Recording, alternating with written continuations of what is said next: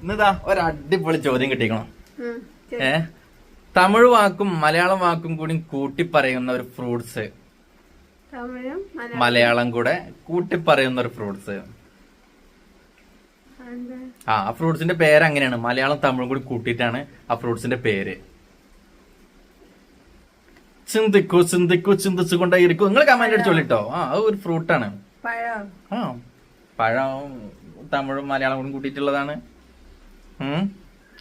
തമിഴും മലയാളം കൂടെ കിട്ടിയോ? എന്താ മണിക്കുട്ടി ഇവിടെ റണ്ണ് ഓടിക്കൊഴിക്കണം. വാഴപ്പഴം എന്നല്ല, എന്തൊരു കഷ്ടാണ്. നോക്കി നോക്കി വാഴപ്പഴം എത്ര ആവുന്നല്ല. അതിന്റെ ഉത്തരം തണ്ണിമത്തൻ. തണ്ണി തമിഴില് വെള്ളം, മത്തൻ മലയാളത്തില് മത്തൻ തന്നെ. അതിനെ തണ്ണിമത്തൻ. അപ്പൊ ആർക്കൊക്കെ അതിനെ കിട്ടിയത്?